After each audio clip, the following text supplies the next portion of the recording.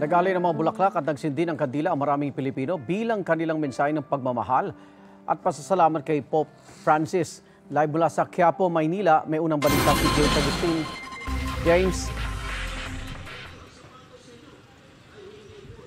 Good morning. Kabilang dun sa mga intensyon ng banal na misa ngayong umaga rito po sa Quiapo Church, yung pagsama sa panalangin ng ating namayapang Santo Papa. Ginalulungkot igan ng mga nakausap kong Katoliko ang pagpanaw ng tinaguriang People's Pope.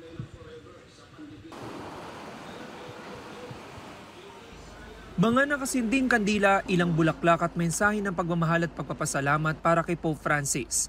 Yan ang iniyalay sa labas ng Apostolic noon sa Church sa Taft Avenue sa Maynila, na nagsisilbing embahada ng Holy See sa ating bansa. Ilang araw din naging tahanan ito ng tinaguriang People's Pope nang bumisita siya sa bansa noong January 2015. Sa Minor Basilica at Dambana ni Jesus Nazareno o Quiapo Church, inilagay ang larawan ni Pope Francis sa harapan ng altar, katabi ng flag ng Vatican. Pinalibutan ng larawan ng purple na tela na simbolo ng pagluluksa. May nakaalay ring mga kandila at bulaklak. Ang mga Katoliko ay pinagluluksa ang pagpanaw ng Santo Papa. Kabilang dyan si Elizabeth na 13 taon na nagsisilbi sa simbahan.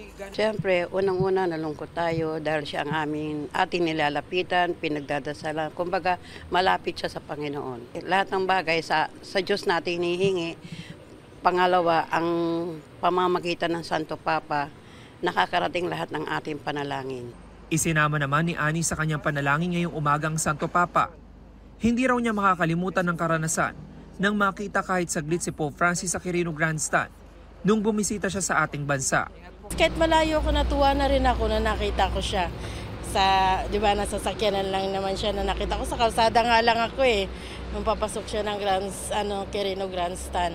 Si Ramon sa UST na silayan ng Santo Papa noong 2015. Kaya labis daw ang kanyang kalungkutan nang mabalitaan ng pagpanaw ni Pope Francis. Naiyak nga po ako nung namatay si Pope Francis. Umiyak ako sa bahay. Nagdasal ako, nagbasa ako ng Bible. Taga saan po kayo? Samantala, Igan, sa mga oras na ito ay katatapos lamang noong ikatlong schedule ng banal na misa rito sa Quiapo Church. Yan muna ilitas mula rito sa Maynila. Ako po si James Agustin para sa GMA Integrated News. Igan, mauna ka sa mga balita, mag-subscribe na sa GMA Integrated News sa YouTube para sa iba't ibang ulat sa ating bansa.